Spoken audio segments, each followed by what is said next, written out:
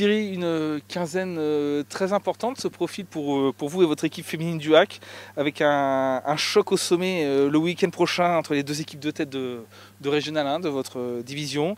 Et puis 8 jours plus tard, il y aura ce quart de finale de Coupe de France important, historique dans la jeune histoire de la section féminine. Comment vous préparez ces 15 jours à venir?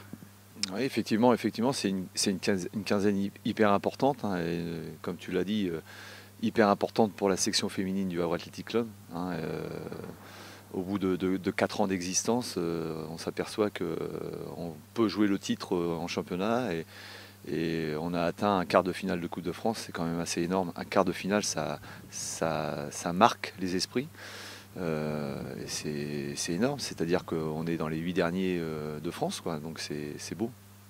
Alors, voilà, on arrive quasiment à la fin de cette saison, il reste 4 journées.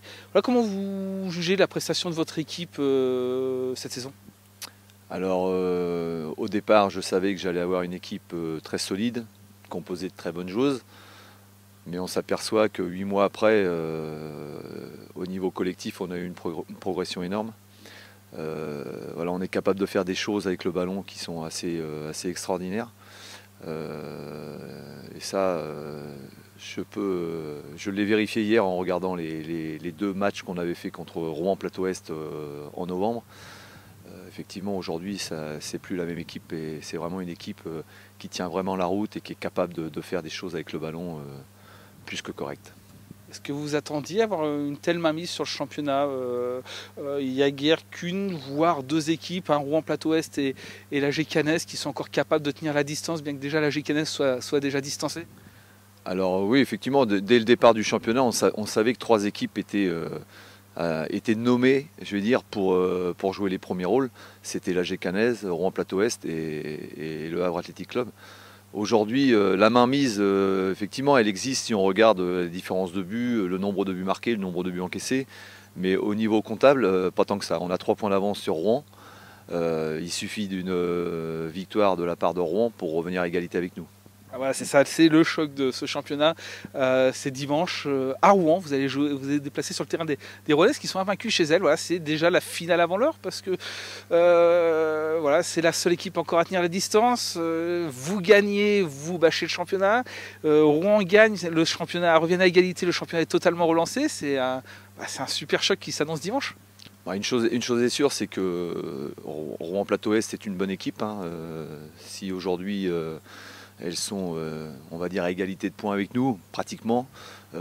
C'est que c'est une équipe qui tient la distance. Maintenant, effectivement, si on venait à gagner à Rouen-Plateau Est, je pense que le championnat serait bâché, comme tu le dis. Mais nous, on n'a rien à perdre. Enfin, on n'a rien à perdre. On a notre destin entre nos mains, c'est ce que l'on dit. Hein. En ayant gagné ce match en retard dimanche, on a 3 points d'avance. Voilà, la pression, nous, on ne l'a pas énormément. On sait ce qu'on a à faire.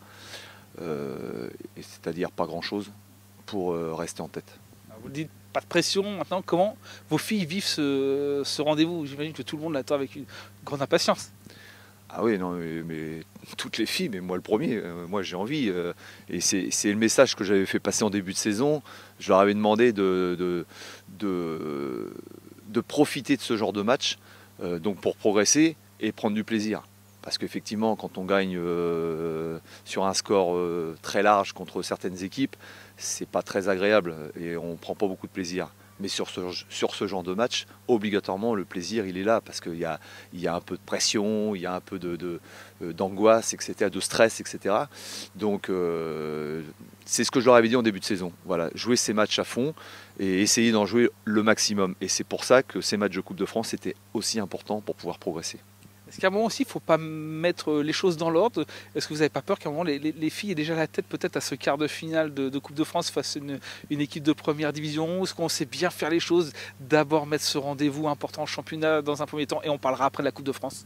Bah, c'est comme souvent, hein, c'est pas l'entraîneur, ce ne sont pas les joueurs ou les joueuses qui parlent des matchs à venir, c'est l'entourage surtout qui vous parle de Soyaux plus que de Rouen-Plateau Est. Mais moi, à aucun moment, j'ai parlé de Soyaux aux filles et je ne veux pas en entendre parler, quoi. Moi, le match le plus important de la saison, il aura lieu dimanche à Rouen contre Rouen-Plateau Est. et rien d'autre. Et Soyaux, on aura le temps d'en parler la semaine prochaine. La Coupe de France reste de toute manière un bonus. Ah bah c'est un bonus, depuis le début c'est un bonus. Et ce bonus il nous permettait, comme je l'ai dit en début de saison et maintes fois, je l'ai dit, c'est pour progresser, c'est pour jouer des matchs de haut niveau et être au niveau que l'on est actuellement. Ça nous a permis d'être au niveau qu'on est actuellement. Et voilà, après on sait très bien que la Coupe de France on ne la gagnera pas, donc c'est du plaisir.